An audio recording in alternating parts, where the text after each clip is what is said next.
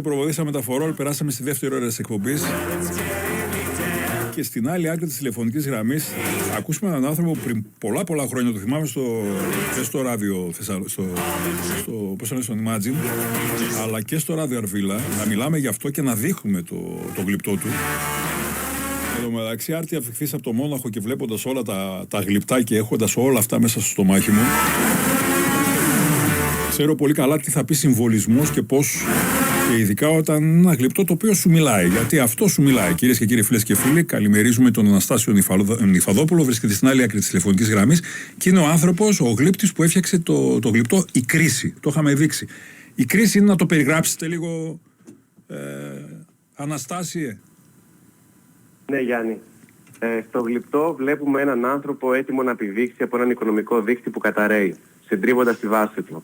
Ο παρατηρητής καλείται να επιλέξει τη δική του ερμηνεία προς το άλμα του ανθρώπου. Πρόκειται ο άνθρωπος να τερματίσει τη ζωή του ή κάνει ένα άλμα προς μια καινούργια αρχή. Στο έργο συνυπάρχουν και οι δύο ερμηνείες. Σωστά. Το γλυπτό Κρίση είναι το πρώτο δημόσιο γλυπτό στον κόσμο με θέμα την παγκόσμια οικονομική κρίση και τις συνέπειες της στον άνθρωπο και την κοινωνία. Αυτό ήταν 10 χρόνια πριν, αφορμής δοθής των 10 χρόνων, το οποίο βέβαια αυτό το γλυπτό, έχω να σας πω ότι έχει εμπνεύσει καθηγητές πανεπιστημίων, μαθητές φυσικά που διαβάζεις, διαλέξεις, αλλά και ανθρώπους που περνάνε, απλούς ανθρώπους. Εγώ και εσύ, όταν περνάς από κάπου και βλέπεις κάτι, αυτό που εισπράττεις. Είναι αυτό. Εγώ να άγχος εισπράττω. Το βλέπω και λίγο σφίγγομαι. Εν τω μεταξύ, να τονίσουμε ότι αυτό είναι όντως πάρα πολύ σημαντικό. Καταρχάς, το φιλοτέχνησε σε ηλικία μόλις 22 χρονών. Ναι, δηλαδή είναι σοκαριστικό. Και νεότατος είναι ακόμα, βέβαια. Ακόμα, προφανώς, αλλά αξίζει ένα παραπάνω μπράβο γι' αυτό. Και επίσης βλέπω ότι η Associated Press, Guardian, πάρα πολύ μεγάλα μέσα, ξένος τύπος, έχουν ασχοληθεί με αυτό, γιατί είναι, όπως ο ίδιος είπε, το πρώτο γλυπτό στον κόσμο με θέμα την παγκόσμια κρίση και τις συνέπειές της. Αναστάσιε, να σου πω το εξής.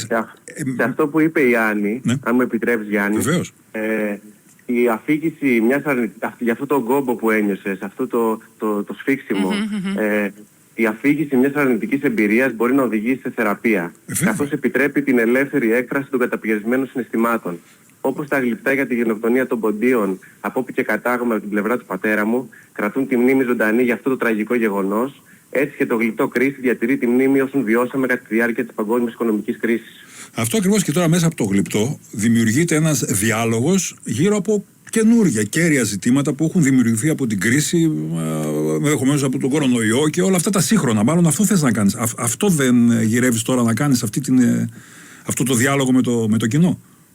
Ναι, και το ζήτημα είναι να έχουμε περισσότερη τέχνη που μιλάει για το εδώ και τώρα και όχι για το εκεί και τότε. Ναι. Είναι πραγματικά σημαντικό να ενώσουμε τις δυνάμεις μας και να μπορέσουμε έτσι να ξεπεράσουμε τις κρίσεις μαζί.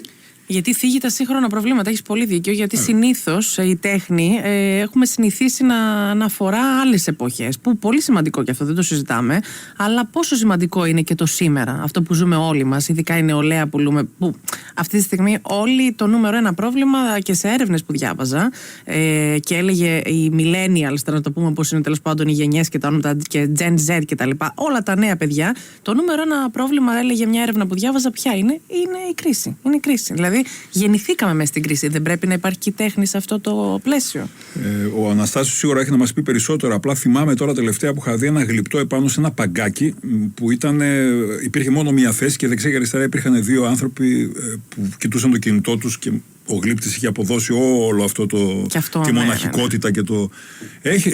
Η τέχνη έχει τον τρόπο της να βάζει το δάχτυλο εκεί που πρέπει και να ταρακουνάει. Να ρωτήσουμε, έχεις κάτι καινούργιο στα σκαριά, σκέφτεσαι κάτι άλλο ή τώρα είσαι στη φάση της έρευνας και του διαλόγου? Αυτή τη στιγμή, με αφορμή τη δεκαετή επέτειο του γλυπτού Κρίση, σε συνεργασία με τη Σύμβουλο Τέχνης Δήμητρα Φωτοπούλου, προσκαλούμε γλύπτες, ζωγράφους, ποιητές, φωτογράφους και χαράκτες από όλο τον κόσμο να συμμετάσχουν δωρεάν σε ομαδική έκθεση, δημιουργώντας έργα τέχνης με στόχο να εκφράσουν το βίωμά τους και να διευρύνουμε το διάλογο γύρω από τα κύρια κοινωνικά ζητήματα της εποχής, με τρόπο που ενισχύει τη συλλογική κατανόηση και θεραπεία. Αν είσαι καλλιτέχνης και ακούς τώρα το ραδιόφωνο και θέλεις να λάβεις μέρος στο ανοιχτό κάλεσμα, μπορείς να βρεις το link στη φόρμα συμμετοχής στο site μου, nifadopoulos.com. Το νι είναι με Y. Λοιπόν, πάρα πολύ χρήσιμο αυτό και εύχομαι έστω και ένας να συμμετέχει σε αυτό το διάλογο για να ανακουφίσει όλη την κοινωνία, γιατί κακά τα ψέματα το χρειαζόμαστε. Χρειαζόμαστε μια εκτόνωση. Χρειαζόμαστε αυτό που είπες, ότι ο πόνος είναι η αρχή της θεραπείας. Αναστάσια Νυφαδόπουλε, σε ευχαριστούμε.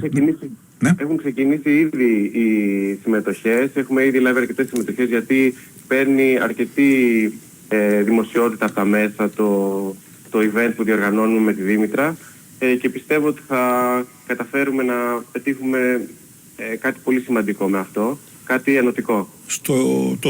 Στο ευχόμαστε ολόψυχα, σου ευχόμαστε και καλή επιτυχία, τα χαιρετίσματά μας και στη Δήμητρα. Συνεχίστε και σας ευχαριστούμε πάρα πολύ για όλο αυτό που κάνετε. Να είστε καλά. Ευχαριστώ. Καλή συνέχεια. Γεια σου φίλε μου, Αναστάση Νυφαδόπουλη. Κυρίες και κύριοι, φίλες και φίλοι, ακούσαμε τον Αναστάσιο Νυφαδόπουλο και τις αγωνίες του. Ένας άνθρωπος που πολύ νωρίς το ξεκίνησε στα 22, περάσαν 10 χρόνια, 32, νεότατος, μπορεί να ξαναφτιάξει φτού και από την αρχή τα πάντα. Όπως και, αλλά πρέπει να κινηθεί όλη η κοινωνία προς το σωστό σημείο. Για να δούμε. Εν τω μεταξύ, όλα αυτά μια πολύ σπουδαία μέρα. Γιατί σήμερα είναι 29η του Μάη. Πρέπει να θυμηθούμε και να πούμε 5 πράγματα. Μπορεί να γίνανε αρκετά χρόνια πριν, αλλά δεν θα σβήσουν ποτέ.